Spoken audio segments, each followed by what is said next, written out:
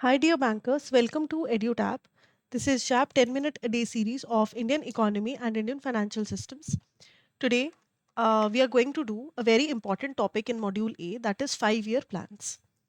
तो हम पढ़ रहे थे इकोनॉमिक प्लानिंग के बारे में। लास्ट लेक्चर में हमने देखा कि इकोनॉमिक प्लानिंग क्या होती है, प्लानिंग कमीशन किस तरह से काम करती है।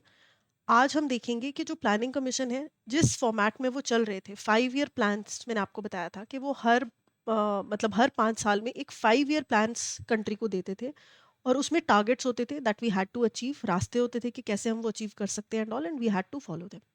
अगर हम ऑफ ट्रैक चले गए तो ये एक ट्रैक का काम करते थे, एक ट्रैक रखने का काम करते थे हमारे एक्शंस को, इकोनॉमिक एक्शंस को कंट्री के। तो उन 5-ईयर प्लान्स की बात हम पार्ट 1 एंड पार्ट 2 में करेंगे। हम ऑलमोस्ट सारे प्लान्स को ब्रीफली कवर करेंगे। Now, if you're preparing for JAB November 2025 examination, let me tell you, we have a very good document that can help you with your preparations. इसमें आपको previous year questions मिल जाएंगे जो कि बहुत important है आपको एक स्ट्रैटेजी अपनी बनाने में, ताकि आपको पता चल सके कि कौन से टॉपिक्स इंपॉर्टेंट हैं, किस में से कितना पढ़ना है एंड ऑल दैट। तो previous year questions, most important MCQs and most important topics जो है आपको यहाँ पर देखने को मिलेंगे। इसका लिंक डिस्क्रिप्शन में दिया है, आप वहाँ से चेकआउट कर सकते हो। तो इकोनॉमिक प्लानिंग की अगर मैं बात करूँ तो इकोनॉमिक जो हमारी जो इंडियन इकोनॉमी है वो प्लान्ड इकोनॉमी रहेगी। ये डिसीजन हमने 1930s में ही बना लिया था। 1951 में प्लानिंग कमीशन ने फर्स्ट 5-ईयर प्लान हमें दिया एंड काफ़ी सालों तक हम 5-ईयर प्लान्स ही फॉलो करते रहे, काफ़ी डेकेड्स तक। उसके बाद 2015 में जाकर प्लानिंग कमीशन को रिप्लेस किया नीति आयोग ने। ठीक है जी, तो ये हमें याद रखना है। आज की डेट में NITI Aayog is the planning committee of India.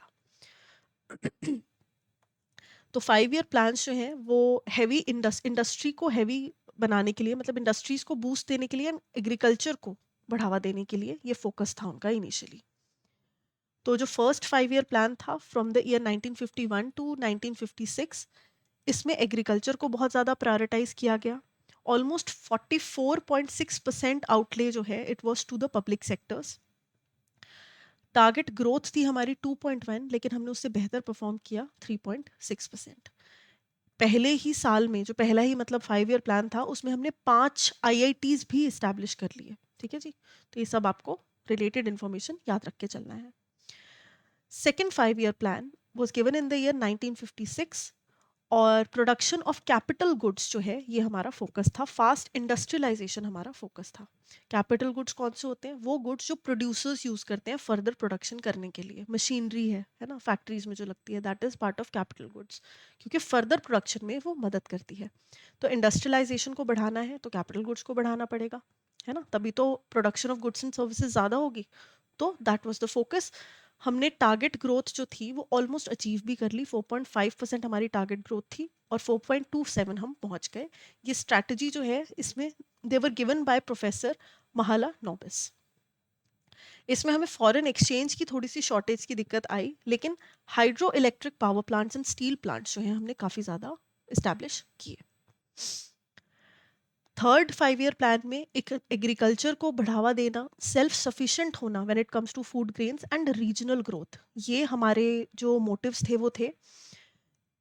National income जो है हमारी इंक्रीज हुई 5% पर एनम से। हमारी टारगेट ग्रोथ थी 5.6, लेकिन समहाउ हम सिर्फ इसका आधा ही अचीव कर पाए। ऐसा क्यों हुआ? ऐसा हुआ due to the wars with India, with China and Pakistan. India ने 2 वॉर्स लड़ी जिसकी वजह से बहुत सारे रिसोर्सेज जो हैं, instead of economic growth, financial growth, वो डाइवर्ट हुए टुवर्ड्स कंट्रीज डिफेंस। ठीक है जी, तो उस केस में हमारी जो ग्रोथ है वो इम्पैक्ट हुई, और सिर्फ उसी टाइम पर नहीं हुई, उसके आगे भी होती रही। और इसीलिए instead of going directly to the fourth 5-ईयर प्लान, हमें बीच में गैप लेना पड़ा। इस गैप को हम बोलते हैं प्लान हॉलीडे। वो एक एक साल का गैप, एक एक साल की हॉलीडे, जिसमें कि हम अपनी प्लानिंग से हटकर डाइवर्जन्स को कवर करने में लगाते हैं, that is called plan holiday. ठीक है, तो 3 प्लान, एनुअल प्लान्स की जो हमने प्लान हॉलीडेज हैं वो ली 66 से लेकर 69 तक, 3 प्लान हॉलीडेज। इसमें हमारे पास जो लैक ऑफ रिसोर्सेज था उसको हम ओवरकम कर रहे थे। फोर्थ प्लान के साथ हम अलाइन हो सके, उसको अचीव करने तक का अपना लेवल बना सके, वहाँ तक हम पहुँचे। एंड ग्रीन रेवोल्यूशन हमने इस टाइम पर लागू किया। Then we had fourth 5 year plan जो कि 1969 से 74 तक था। ये वो इसमें थी सेंट्रलाइजेशन, एक बहुत इंपॉर्टेंट एस्पेक्ट के पावर्स को सेंट्रलाइज करना है, और ये बेस्ड था on the basis of Gadgil strategy. Growth with stability and self sufficiency, ये मोटो था इस प्लान का। एंड टारगेट ग्रोथ वाज 5.6, लेकिन हम अचीव कर पाए सिर्फ और सिर्फ 3.3%। क्यों हुआ ऐसा? Again due to war with Pakistan, and यहाँ पर हमें काफ़ी ऑयल की शॉर्टेजेस जो है उनको भी झेलना पड़ा। लेकिन इस दौरान हमने काफ़ी सारे बैंक्स को नेशनलाइज कर दिया। ठीक है, तो ये बहुत एक इंपॉर्टेंट चीज़ है, नेशनलाइज बहुत सारे बैंक्स जो हैं इस प्लान के दौरान हुए। Then we have fifth 5 year plan. इसमें पावर्टी इरेडिकेशन, गरीबी को हटाना एंड सेल्फ सफिशिएंट होना जो है हमारा ऑब्जेक्टिव था। इसके लिए हमने एक 20 पॉइंट प्रोग्राम जो है वो लॉन्च किया। टारगेट ग्रोथ थी 5.6, लेकिन इसमें भी हम थोड़ा पीछे ही रहे, दैट वाज 2.4% तक हम अचीव कर पाए। आरबीआई ने कुछ मैंडेट्स दिए of for stabilising the inflation. जो इन्फ्लेशन बहुत ज़्यादा कंट्री में हो गई थी ड्यू टू ऑब्वियसली, अगर 2-3 वॉर्स आप बैक टू बैक लड़ रहे हो तो ऑब्वियसली इन्फ्लेशन होगी ही। उस चीज़ को स्टेबलाइज करने के लिए आरबीआई ने काफ़ी सारे मैंडेट्स दिए। एंड ग्रीन रेवोल्यूशन ने मदद करी एग्रीकल्चर को थोड़ा सा संभालने में। एग्रीकल्चर सेक्टर जो है वो हमारा थोड़ा सा सही चलता रहा because of the green revolution. Sixth 5 year plan है, उसमें गरीबी हटाओ और रूरल एम्प्लॉयमेंट को बढ़ाओ, है ना, तो ये वाली चीज़ पे फोकस किया गया। Social economic infrastructure rural areas में बढ़े, सोशल और इकोनॉमिक इक्वालिटी जो है वो बढ़े, उसके लिए हमने काफ़ी सारे स्टेप्स उठाए। टारगेट ग्रोथ जितनी थी इस टाइम तक आते आते हम उसको अचीव कर पाए। टारगेट ग्रुप अप्रोच लेकर हम चले, यानी कि कोई भी अगर ऐसा सेक्टर है, सेगमेंट ऑफ पीपल है जो कि इक्वालिटी नहीं जिनको मिल पा रही, कोई मार्जिनलाइज्ड सेक्शन है, तो उनको टारगेट कर कर हमने वहाँ पर इम्प्रूवमेंट जो है करी उनके सोशल इकोनॉमिक स्ट्रक्चर में, अलग अलग पॉलिसीज निकाल के, अलग अलग प्लान्स निकाल के। ठीक है जी, तो ये सब चीज़ें हमें याद रखनी है। साथ के साथ let me tell you, if you are preparing for job, आपने क्या करना है, आपने edutap.in पर जाना है and we have various courses for you.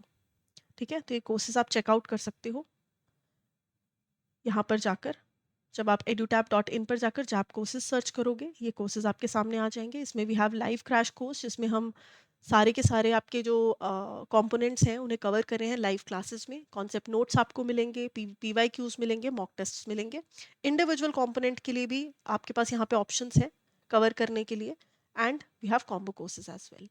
आपने करना क्या है, आपने यहाँ पर जाना है एंड अगस्त 80 कूपन कोड का अप्लाई जो है वो आप कर सकते हो to avail a discount of 80%। ये लेकिन एक टाइम बाउंड ऑफर है, तो 29 अगस्त से 31 अगस्त तक ही ये जो टाइम पीरियड है इस ऑफर को अप्लाई करने का। So choose wisely, right. तो इसके अलावा if you have any more queries on this, so you can reach out to us on the given information, and I will see you in the next class. Thank you and have a nice day.